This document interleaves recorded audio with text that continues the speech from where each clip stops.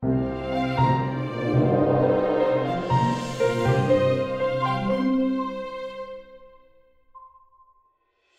moi, mon exposé traitera dans une approche historique et contemporaine de la question des femmes dans les sources scripturaires, dans le droit musulman, donc dans les textes, mais également de la réalité sociologique et de l'agentivité des femmes en contexte islamique d'un point de vue historique pour arriver justement aux féministes islamiques et aux femmes imams, qui est une nouvelle réalité.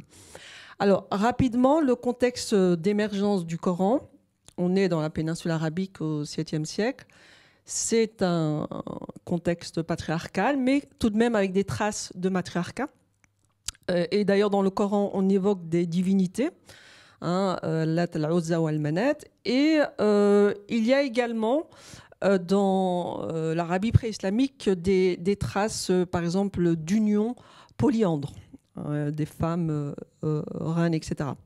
Alors, au niveau du statut des femmes dans le Coran, nous avons, d'un point de vue pour les croyants et les croyantes musulmans, d'un point de vue vertical, donc devant Dieu, nous avons une égalité, une égalité qu'on pourrait appeler d'ontologique, qui est liée justement, comme dans le judaïsme, d'une création à partir d'une âme unique. Dans la sourate 4, verset 1, il est dit « Hommes, ô humains, craignez votre Seigneur qui vous a créé d'une seule âme ».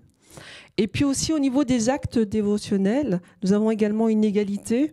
Il est dit dans la sourate 3, verset 195, en vérité, là c'est le Dieu coranique qui parle, je ne laisse pas perdre le bien que quiconque parmi vous a fait, homme ou femme, car vous êtes les uns des autres.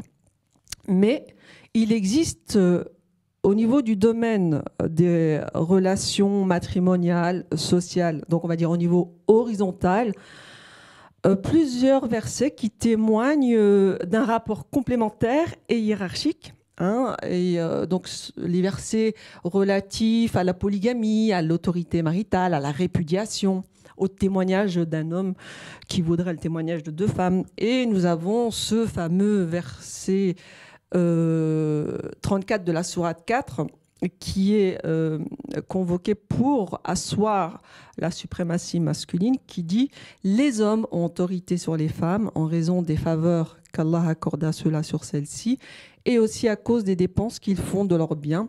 Les femmes vertueuses sont obéissantes. » Alors évidemment, il s'agit du contexte et de la culture patriarcale dans lesquelles naissent les religions monothéistes, mais on voit, comme tu l'as dit Valentine, qu'au niveau des systèmes juridiques, même profanes, prémodernes et modernes, cette culture patriarcale qui se traduit notamment dans le Code de Napoléon, où le mari doit protection à la femme et la femme obéissance à son mari. Alors, dans la tradition prophétique, nous avons, qui a été codifiée au IXe siècle, avec Bukhari et Muslim, toutes les sources islamiques, nous, les chercheurs, les historiens, etc., nous les prenons avec précaution, parce qu'il y a beaucoup de fabrication ultérieure.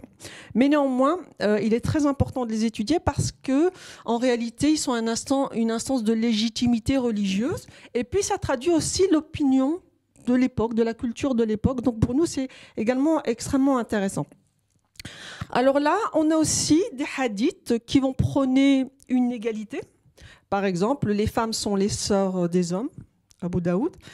Et à côté de ça, nous avons des hadiths qui vont prôner un rapport hiérarchique qui reflète un peu la société hiérarchique sur lesquels précisément vont se fonder les juristes théologiens qui vont élaborer la charia, qui va vraiment prendre forme au IXe siècle. Et par exemple, vous avez un hadith qui dit « Chacun de vous est un berger et chacun de vous est responsable de son troupeau. L'homme est un berger dans sa famille et il est responsable de son troupeau. La femme est une bergère dans la maison de son époux, elle est responsable de son troupeau. Le serviteur est un berger qui est à charge des biens de son maître, il est responsable de son troupeau. » Au niveau de la biographie du prophète, qui est également élaboré plus tard avec Ibn Ishaq et Ibn Hisham au IXe siècle. Là également, nous avons des traces d'égalité où, par exemple, durant la période mécoise, de 610 à 622, au moment de la dite révélation, eh bien, par exemple, Ibn Hisham met en scène le fait que, en réalité, tous les défis de la croyance reposent sur une femme. Parce qu'on met en scène le prophète, enfin le futur prophète, parce que là, il s'appelle encore Mohammed ibn Abdullah, qui, à l'âge de 40 ans, faisait des retraites spirituelles. Et puis, il a cette expérience qui va se traduire plus tard par la dite première révélation. Et il est vraiment foudroyé, selon la tradition islamique, et il va se réfugier auprès de sa femme, Khadija, qui est âgée d'une quinzaine d'années, plus âgée que lui. Et il va penser devenir fou, selon la tradition. Et c'est précisément Khadija, avec qui d'ailleurs il reste monogame, durant la période mécoise, qui va le rassurer et qui va le conforter dans son rôle de prophète. Donc, c'est une femme qui va croire avant le prophète qu'il est prophète. Alors, évidemment, à Médine, à partir de 622, il va cumuler plusieurs rôles de prophète spirituel, mais également rôle politique en tant que chef de différentes tribus et chef guerrier. Et là, effectivement, il va devenir polygame. Et évidemment, c'est un harem patriarcal, hein. Mais là encore, on va voir que certaines de ces femmes vont jouer un grand rôle, comme sa plus jeune épouse Aïcha, et qui, selon la tradition, serait celle qui va transmettre la moitié de la religion, et qui, malgré la présence d'un verset patriarcal assignant les épouses du prophète exclusivement à l'espace privé, verset 33 sur 33, restez dans vos foyers, eh bien, elle va jouer un rôle politique très important en étant, par exemple, à la tête d'un bataillon lors de cette fameuse bataille du Chameau, où elle s'oppose au 4e calife en 656. Alors, durant les premiers temps de l'islam, avec notamment les conquêtes arabes qui sont très importantes et qui vont se faire de manière fulgurante, nous avons la description d'une société très hiérarchique. La supériorité des libres sur les esclaves, la supériorité des hommes sur les femmes, qui est évidemment un héritage pré-islamique et aussi des territoires conquis. Mais ce qui va se passer, c'est que nous allons avoir finalement une présence de femmes qui seront subdivisées en deux castes. Les femmes de condition libre, qui vont progressivement être contraintes à porter le voile intégral et seront assignées à l'espace privé. Et les femmes esclaves qui, elles, sont contraintes à être dévoilées et non contraintes à la réclusion. Hein. Et je vous renvoie à Mansour Fahmi qui a écrit La condition de la femme dans l'islam par rapport à cet état de fait. Et c'est dans un contexte quand même très patriarcal, avec une ségrégation sexuelle qui se fait de plus en plus présente pour une catégorie de femmes, qu'on va tout de même voir, malgré ce contexte patriarcal, selon des recherches académiques et selon les sources islamiques, de nombreuses femmes érudites, poétesses, politiques, religieuses, qui vont être transgressives et qui vont jouer un rôle important. Par exemple, nous avons Mohamed Akram Nadwi qui va énumérer pas moins de 9000 femmes érudites, muhadithates, qui vont transmettre des hadiths dès le début de l'islam. Alors, je vais également vous citer quelques figures importantes. Il y a par exemple Fatima Mernissi qui, dans le harem politique, le prophète et les femmes, son ouvrage, décrit le personnage d'une des arrière-petites filles du prophète, Soukaina, qui revendique le droit de sortir dévoilée. C'est une femme érudite. Elle participait, selon les sources, à des cercles de poètes, mais également à des assemblées politiques. Et elle a imposé dans ses contrats de mariage, elle a eu 5 ou 6 maris, la monogamie et la non-obéissance au mari. Hein. Et cette femme, qui est décrite d'une manière libre et indépendante, qui est tout de même descendante du prophète, est occultée par l'histoire écrite par les hommes, qui lui préfèrent davantage des modèles féminins qui correspondent plus à la conception patriarcale, qui, comme d'ailleurs le souligne Azadeh Kian dans son ouvrage Femmes et pouvoir en islam, parce que justement c'est un modèle qui remet en question cette conception hiérarchique des sexes. Alors au niveau du soufisme, il y a Éric Geoffroy qui a écrit un ouvrage Allah au féminin et qui met bien en lumière le fait qu'il y a eu différentes confréries qui sont nées durant la période médiévale et qui sont évidemment dominées par la conception patriarcale essentialiste, mais qui en réalité relèvent des stéréotypes sexués transculturels, à savoir la femme est du côté de l'émotion, de la nature, l'homme est du côté de la raison, de la culture. Et donc ça, on va le retrouver dans les confréries soufis. Mais néanmoins, cette voie spirituelle qui donne une prédominance à la spiritualité, à l'intériorité, à l'amour de Dieu, va donner beaucoup de place aux femmes. Et il y aura beaucoup de femmes qui seront guides spirituels, dont la plus célèbre est Rabi'a al-Adawiya, qui est morte en 801, et qui était à la tête de cercles mixtes de dévots avec des disciples hommes et femmes. Et nous avons, comme vous l'avez dit Liliane, beaucoup de guides spirituels hommes qui transmettent le rôle de guide spirituel à des femmes. Et aujourd'hui, d'une manière beaucoup plus... Oui, mais je veux dire la fonction peut-être dans la version rabbinique. Mais légaliste, on va dire, pour vous. Mais toujours est-il que c'est en termes de la transmission où on peut trouver une similitude. Par rapport justement à cet autre courant de l'islam, qui est l'islam légaliste, hein, avec l'élaboration de la charia, qui va se renforcer au IXe siècle, qui s'élabore entre le 8e et le 9e siècle. Là, ça va fortement contribuer à la fixation du statut infériorisé des femmes, où on va voir des juristes théologiens qui vont donner une orientation juridico-normative du Coran. Et là, les dispositions patriarcales qu'on va trouver dans le Coran et dans les hadiths, et qui sont des normes culturelles de l'époque coranique, mais qui ont été entérinées par le Coran, eh bien, ils vont être sacralisés. C'est pour ça que je parle souvent d'un patriarcat sacralisé. Hein.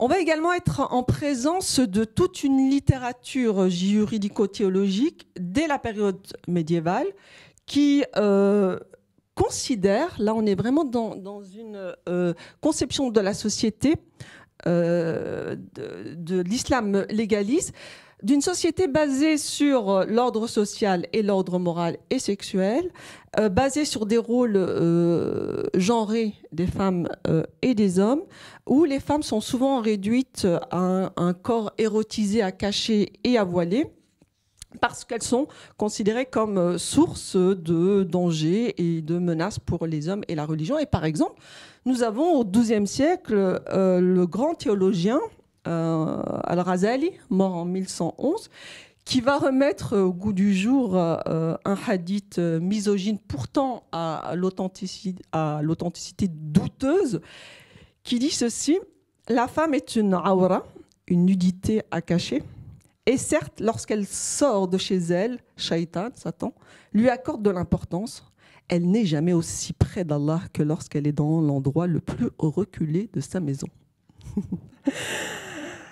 Alors, il y a également un autre hadith qui est aussi un caractère douté, qui dit « Jamais ne réussira un peuple qui confie la gestion de ses affaires à une femme ». Et Fatima Mernissi et Asma Lamrabet l'ont déconstruit, ce hadith. Alors, évidemment, cette interdiction à l'accès à la gouvernance politique n'a pas empêché dans la réalité historique d'avoir des femmes qui ont rempli ce rôle, notamment la reine Sit el-Mulk au XIe siècle. Alors, également, dans la sphère religieuse, nous avons des femmes qui vont jouer un rôle majeur. Et nous avons notamment Fatima bint Abbas el-Baghdadiya, au XIVe siècle. C'est une femme moufti qui va donc donner des avis juridiques de nature religieuse et qui est pourtant de tradition hanbalite et qui va monter en chaire dans les mosquées et tenir des discours devant des assemblées mixtes. Donc ça, c'est vraiment un rôle transgressif. Alors, j'avance, si on arrive durant la période de la Nahda, entre le 19e et le 20e siècle, qui est un mouvement culturel, intellectuel de renaissance, et de là va naître ce qu'on appelle le réformisme musulman, qui va tenter d'allier l'islam à la modernité. Le postulat de ces acteurs de la Nahda est de dire pas d'émancipation de la société sans l'émancipation de sa moitié, à savoir les femmes. Et donc, on va avoir des hommes qui vont vraiment se battre pour des théologiens, notamment comme Rifat Tahtawi, qui va plaider pour l'accès des femmes à l'éducation et à l'espace public. En Tunisie, nous avons un grand théologien, Taha Haddet, mort en 1935, qui a écrit un ouvrage majeur, Notre femme dans la législation islamique et la société. Cette œuvre, qui a été traduite en français d'ailleurs, mérite qu'on s'y attarde quelque peu parce que précisément, il va prendre tous les versets patriarcaux à bras le corps et il va proposer une lecture réformiste égalitaire. Et par exemple, tous les versets relatifs à la polygamie, à la répudiation, à l'autorité maritale, etc., il va les interpréter en disant que, en réalité, le texte coranique, il va proposer une lecture dynamique. Il faut distinguer le domaine de ce qui, pour lui, relève des vérités immuables, la croyance en Dieu, en la justice, etc.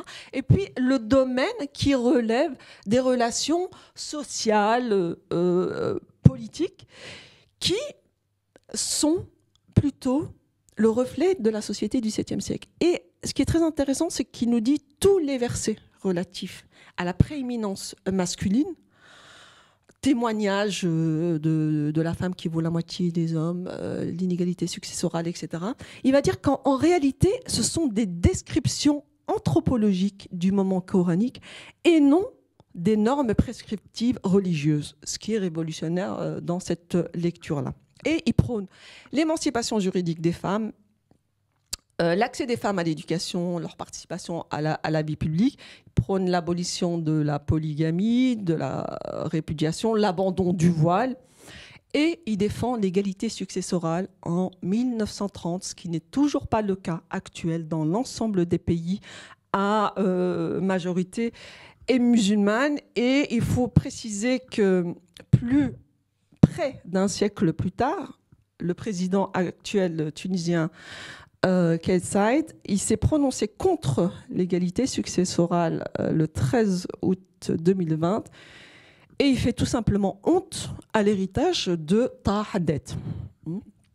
Alors, évidemment, à côté de ces acteurs religieux, mais également profanes durant la Nahda, il y a tout un mouvement d'actrices féministes qui œuvrent pour le changement de la société. Et nous avons des mouvements féministes davantage séculiers et laïques qui, dès le début des années 1920, vont participer à ce mouvement en réalité mondial des féministes, en même temps que les féministes européens, américains, etc. Et ils vont revendiquer une égalité des sexes, un accès à l'enseignement au même titre que les hommes, dans la sphère politique, etc. Et nous avons la grande Houda Shahraoui en 1923 qui crée l'Union féministe égyptienne. Je vais très vite au moment des indépendances, parce qu'il y avait évidemment la période coloniale des pays arabes et musulmans. Eh bien, on a des gouvernements qui vont instaurer une modernisation, mais sans démocratisation.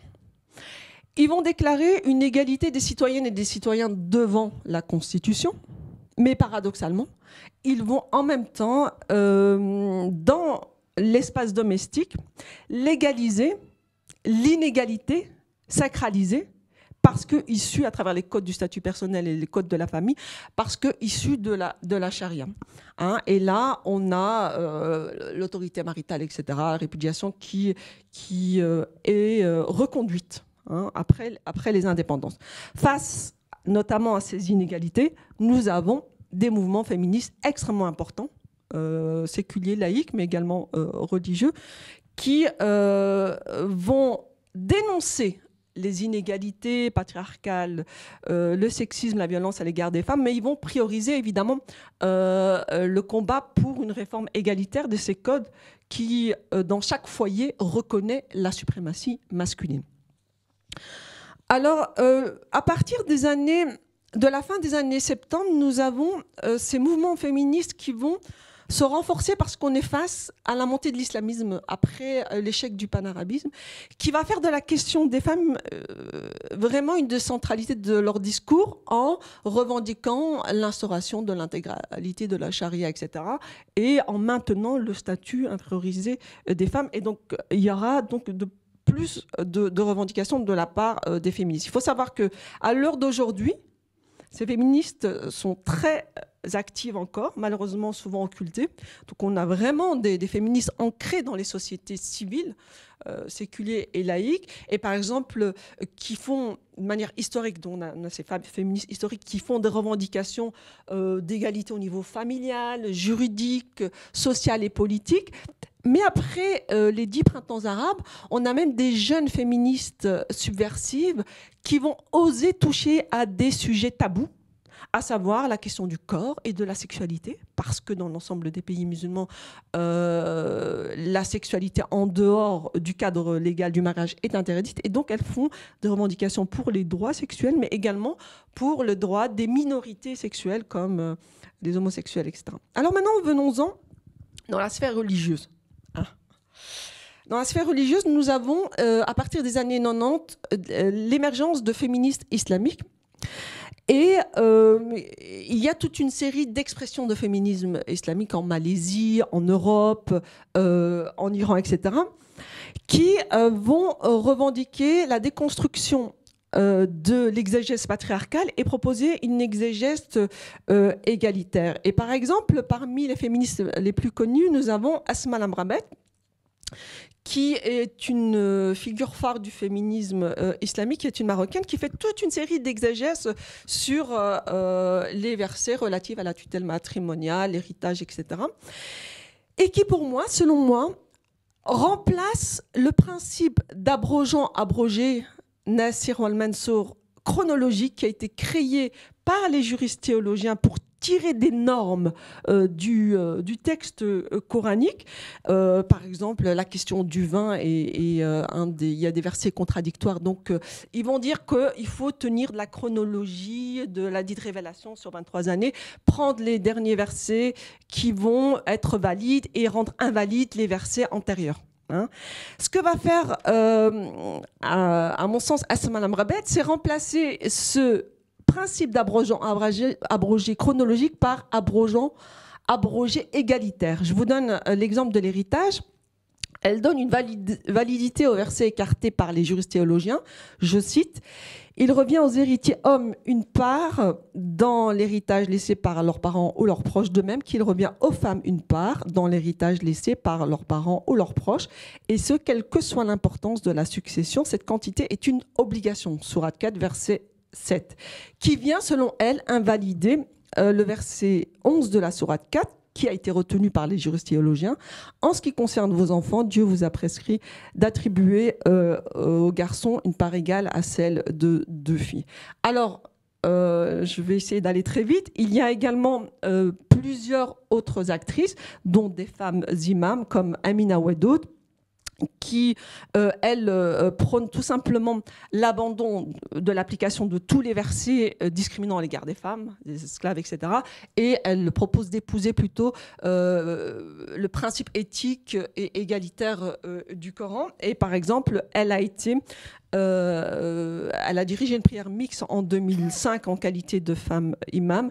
Et on a eu une réaction, malgré l'absence de l'interdiction dans le Coran, de l'ensemble de ce qu'on appelle le clergé. Il n'y a pas de clergé officiel, mais en réalité, il y a un clergé. L'Azhar qui a condamné cet acte-là, mais également le Mufti d'Arabie, etc. Nous avons ici présente Kahina Behloul, qui est notre première femme imam en France, qui est à l'initiative du projet d'une mosquée libérale mixte et qui est d'une double tendance, soufie et rationaliste, qui a un double héritage théologique traditionnel et académique, pluridisciplinaire, et qui défend avec force un islam humaniste et égalitaire. Alors, je conclus. Il y a différentes imams, mais je conclus. Comme tu l'as très bien dit, nous sommes dans le XXe siècle traversés véritablement par une révolution historique, anthropologique, sociologique liée au mouvement féministe pacifique égalitaire, qui a évidemment un impact à l'échelle mondiale sur les représentations et les pratiques genrées. Par exemple, même dans le monde arabe et musulman, même s'il y a encore ces lois inégalitaires, on voit une présence massive des femmes dans l'espace public, dans les universités, dans le monde du travail, etc. Et mon point de vue, c'est que si à l'image des féministes laïques, notamment tunisiennes, je pense qu'au niveau familial, social et politique, les droits des femmes doivent être, qui sont fondés sur le concept moderne d'une égalité inconditionnelle et indifférenciée, doivent être revendiqués sur le terrain de la citoyenneté et des libertés publiques, et qu'on doit s'émanciper du discours culturaliste et identico-religieux qui assigne justement les femmes à un statut soit différencié, soit inférieur. Parce que précisément, ces textes qui sont nés durant la période médiévale n'ont pas été à l'origine de ces concepts modernes de liberté, d'égalité, etc. Et puis ce sont des textes qui s'adressent à des croyants et non à des citoyens. Je pense néanmoins que l'émergence des féministes islamiques, au même titre que les féminismes juifs ou chrétiens protestants, sont d'une extrême importance dans la sphère religieuse, et que ces femmes imams, ces femmes féministes qui défendent un islam égalitaire, qui déconstruit l'islam patriarcal, et qui en plus proposent un islam critique, un islam libéral, un islam humaniste, eh bien, il me semble que cette nouvelle forme d'expression peut en réalité répondre à une majorité de citoyens et de citoyennes de confession musulmane qui sont silencieux. Et en plus, dans un contexte européen, ces femmes, par exemple, imams, avec évidemment des autres acteurs réformistes, libéraux, eh bien, en étant devant de la scène, ils sont peut-être à l'initiative d'une reconfiguration du leadership musulman en Europe, qui peut avoir un impact très positif également dans le monde arabe et musulman, où l'exercice de la recherche libre n'est pas encore acquis, et ils peuvent avoir un impact positif. Et je terminerai avec cela, et je vous remercie pour votre écoute.